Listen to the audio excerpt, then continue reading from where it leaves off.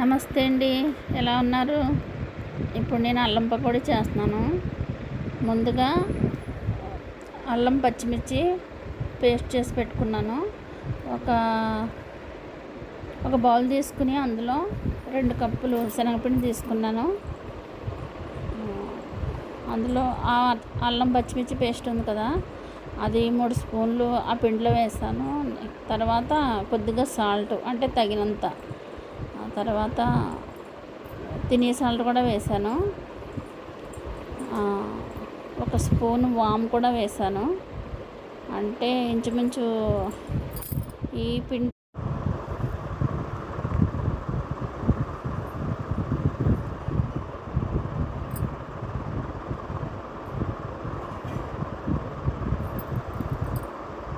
ఇప్పుడు ఇందులో తగినంత వాటర్ పోసుకుని ఉండలు లేకుండా బాగా కలుపుకొని అది మూత పెట్టేద్దాం ఒక 5 మినిట్స్. తర్వాత స్టవ్ మీద కళాయి పెట్టి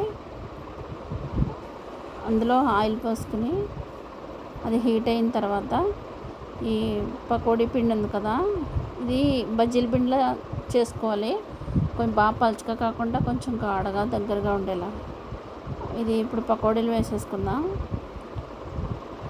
ఈ కొంచెం సిమ్లో పెట్టి, అంటే సిమ్ కాదు మీడియంలో పెట్టి వేయించుకోవాలి. కొంచెం అంటే మాడిపోకుండా ఉంటాయి, లేదంటే పైన ఉడికిపోయి లోపల ఉడకపోవడం అలా అవుతాయి. అలా అవ్వకుండా ఉండాలంటే మీడియంలో పెట్టి వేయించుకోవాలి.